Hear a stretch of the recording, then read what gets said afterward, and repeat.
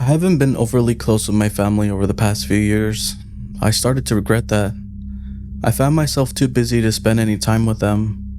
I rarely called my mother or my grandmother. A health scare came up, making me reflect on how little effort I put into the important people in my life. As a step to fix that, I invited my grandmother out for lunch.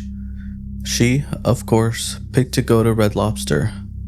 I didn't have anything against the restaurant.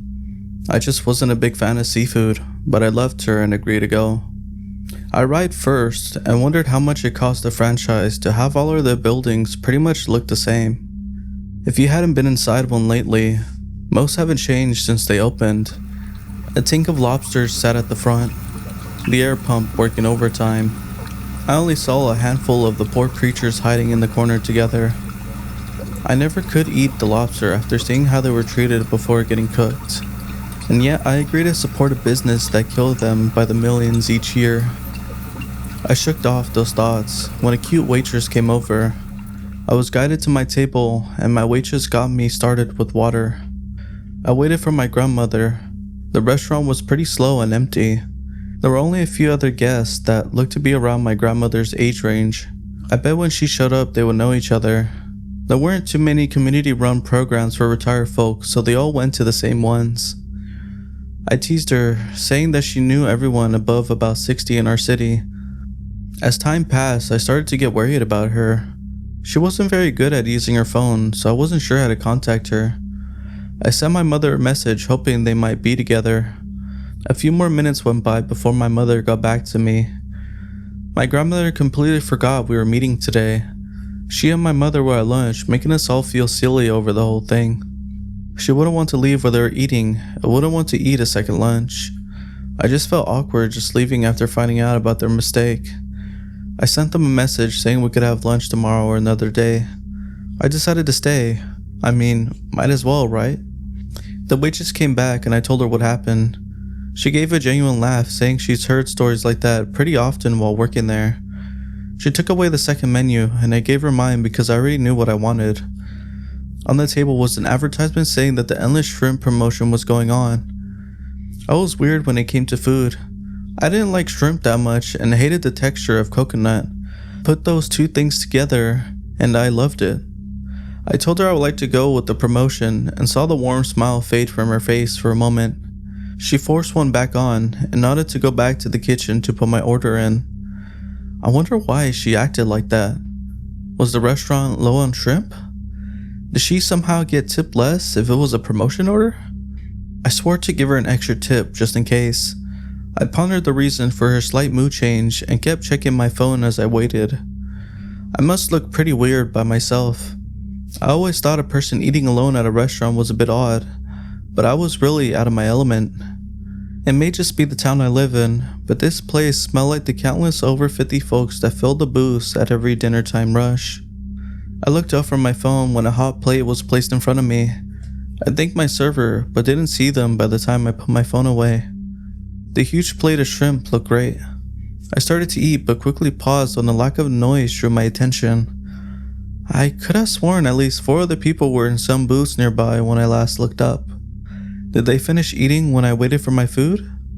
A set of them needed to walk by my booth. I should have noticed them leaving. I looked around, seeing the entire place was empty. Cars outside passed as if the world was completely normal.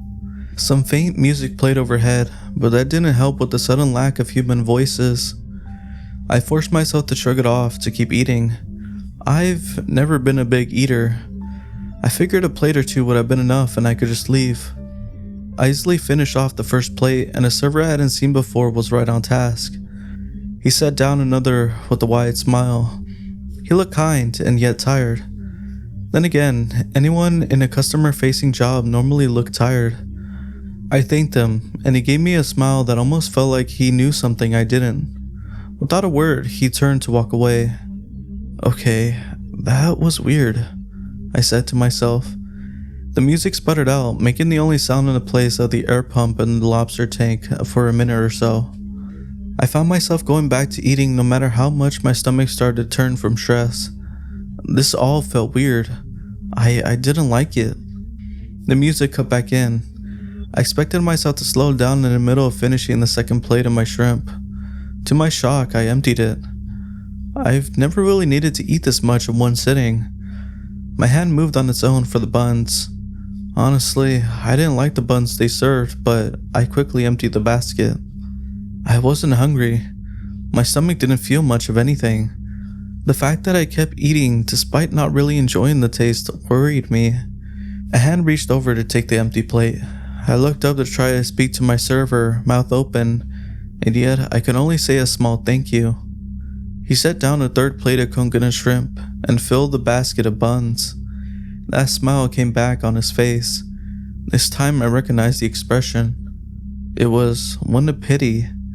He walked away again, my body moving on its own on the food set before me. I started to internally panic. I simply could not stop myself from eating. I could reach my one hand down to check my phone, but only for a few seconds at a time. With my thumb, I tried calling my mother. Of course, the call didn't go through. Not a single call or message did. The internet refused to work as well. I put away my phone and reached over to take a sip of water to try and calm myself down. As I ate, I tried to figure things out. The only time I could control what I was doing besides glancing at my phone, as if the movements were related to eating. I could pause to clean my mouth with my napkin or switch to eating a bun instead of shrimp. My hands shook from stress, but they didn't stop moving. Another plate cleared and a new one was in its place. Before the server left, I made a sound to finally catch his attention. Bathroom? I asked in a shaking voice. He raised a single finger to point in the direction of the washroom signs. Then he left with my dirty plate in hands. I finally got up from the booth, but my feet got locked into a path to the washrooms. I took a good look, trying to find anyone else. My hopes were shattered by an empty restaurant. The moment I walked into the washroom, whatever kind of weird smell spelled my body was under stopped. I could move freely inside the room. I shouted for help, which didn't really do anything. There wasn't a window to try and escape from, and the only thing that loaded my phone was the subthread. I decided to type everything down and keep this tab open just in case. I needed to get my thoughts down somewhere. I washed my hands and paced around, trying to think. The clock on my phone froze, so I didn't know how long I spent in the bathroom. A pull started at my feet, so I stuffed my phone back in my pocket. My feet took over to drag me back to my booth. A hot plate of coconut shrimp waiting. Plate after plate came, and I can say I'm really over the taste of coconut shrimp. At least they had some other options. When I couldn't stomach the taste, I could switch and ask for something else. I couldn't do anything but think as I ate. How long would this go on? What if I got sick of eating the same thing over and over again? Once in college, I was flat broke, as most students are. I stole leftovers from work until the smell of the same type of pasta made me ill. It took me 3 years to be able to eat again. Was that gonna happen here? I would keep eating until I couldn't stand the taste of limited shrimp offers and yet not be able to stop eating them? More dread came creeping into my mind. Without anything to stop me, I started to wonder what this meant. Would I ever get out of this cycle? Or was I truly stuck eating an endless amount of shrimp? That wasn't possible. This just couldn't happen. There wasn't an endless amount of shrimp in the world after all. I considered the idea this wasn't happening. Even if I somehow had a mental breakdown, this felt pretty damn real.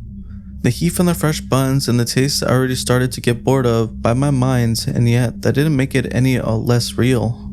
I lost count of how many plates I went through. My server must have taken pity on me and switched over to a different shrimp dish. This time it was just some simple grilled shrimp but with butter.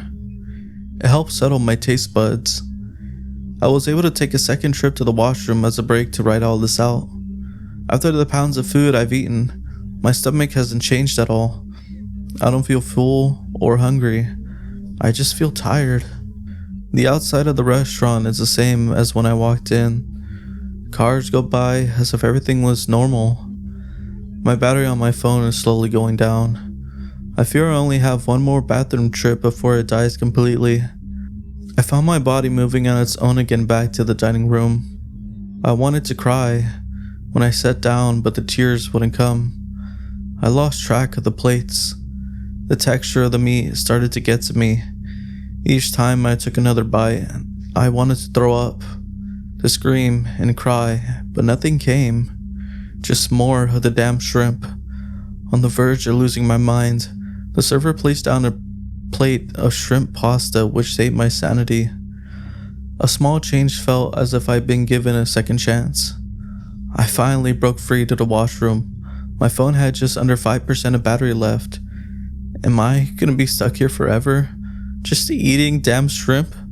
I never really wanted to get married and have kids, but now I mourn the fact that that choice was stripped away from me. I never found myself spiraling in a breakdown in one of the stalls, thinking about how much I lost just being stuck here forever. I'll never be able to tell my family how much I love them. I didn't do so when I had the chance.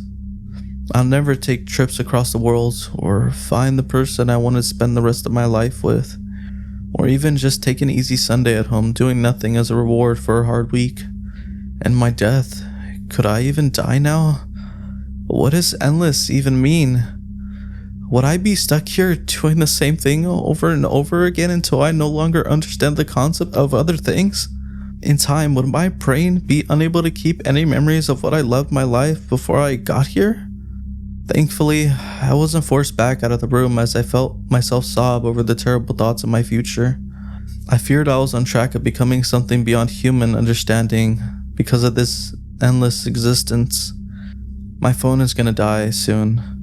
I'll leave it in here in case it somehow escapes this place. I'll post what I've written so far, hoping someone sees what happened to me.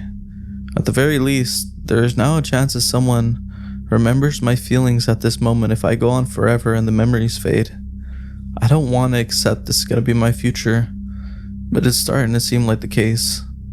Please, remember this happened to me, and do me a favor and get the captain's platter at Red Lobster or something if you're still dead set on going to that place after reading all this.